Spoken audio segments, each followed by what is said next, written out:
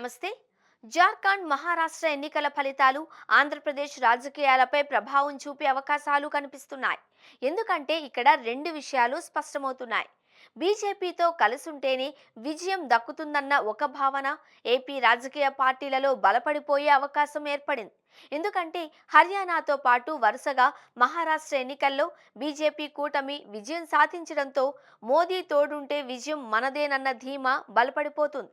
Modi charisma కావచ్చు, కేంద్ర ప్రభుత్వం నుంచి సహకారం, రాష్ట్రానికి అందుతున్న భావన కావచ్చు, అభివృద్ధి దిశగా రాష్ట్రం ప్రయాణిస్తుంది అని అనుకొని కమలం పార్టీ ఉన్న వైపు జనం మొగ్గు చూపుతారు అన్నది ఈ ఎన్నికల్లో స్పష్టమైంది.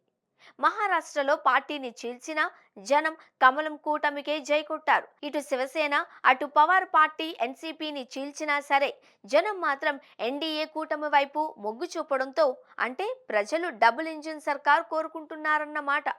కాంగ్రెస్ పార్టీ జాతీయ స్థాయిలో కోలుకునే అవకాశం లేకపోవడంతో పాటు ఏపీలో కాంగ్రెస్ పార్టీ అస్సలు లేకపోవడం కూడా బీజేపీ వైపు రాజకీయ పార్టీలు మొగ్గు చూపే అవకాశం ఉంది. మోదీపై పెరిగిన నమ్మకంతో పాటు అభివృద్ధి, సంక్షేమం సమపాళ్లలో పనిచేస్తాయి అని ప్రజలు నమ్మే అవకాశాలు ఉన్నాయి అని భావించి ప్రజలు ఓట్లు వేసే అవకాశం ఉంది అని రాజకీయ పార్టీలు ఆంధ్రప్రదేశ్లోనూ అంచనాకొచ్చే అవకాశం ఉంది. మరోవైపు గత ఎన్నికల్లోనే కాకుండా చంద్రబాబు బీజేపీతో పొత్తు పెట్టుకున్నప్పుడల్లా అధికారంలోకి రావడం కూడా ఈ ఆలోచనకు కొంత కలిసొస్తుంది. బీజేపీతో కలిసి వెళితే మైనారిటీలు వ్యతిరేకమవుతారు అన్న భయం ఇప్పుడు రాజకీయ పార్టీల్లో లేదు. దీనికి కారణం 2024లో ఏపీలో జరిగిన ఎన్నికల్లోనూ ముస్లింలు ఎక్కువగా ఉన్న ప్రాంతాలలోనూ కూటమి పార్టీ అభ్యర్థులే విజయం సాధించారు. దీంతో జగన్ కూడా ఎప్పటి నుంచో బీజేపీతో కయ్యానికి దిగడం లేదు, సఖ్యతగానే వెళుతున్నారు.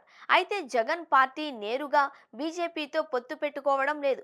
ఏదైనా టీడీపీతో తేడా వస్తే ఈసారి జగన్ కూడా బీజేపీతో కలిసి దిగడానికి సిద్ధపడతారు అనడానికి ఎటువంటి సందేహం లేదు. మరోవైపు జార్ఖండ్, గతంలో జరిగిన ఏపీ ఎన్నికల ఫలితాలను పరిశీలిస్తే పార్టీ అధినేతలను అరెస్టు చేస్తే అధికారం గ్యారెంటీ అన్నది బాగా బలపడిపోయింది. ఏపీలో చంద్రబాబు నాయుడు అరెస్ట్ అయిన తర్వాత ముఖ్యమంత్రి పీఠాన్ని అధిరోహించారు. ఇప్పుడు జార్ఖండ్లో హేమంత్ సోరెన్ కూడా అరెస్టు జరిగిన తర్వాతే రెండోసారి సీఎం పీఠంపై కూర్చునేందుకు సిద్ధమవుతున్నారు. వీటిని పరిశీలించిన తరువాత జగన్ కూడా ఏదో కేసులో అరెస్టు చేయాలి అని డిమాండ్ చేస్తున్న టీడీపీ నేతల వాయిస్ మారిపోయినట్లే కనిపిస్తోంది.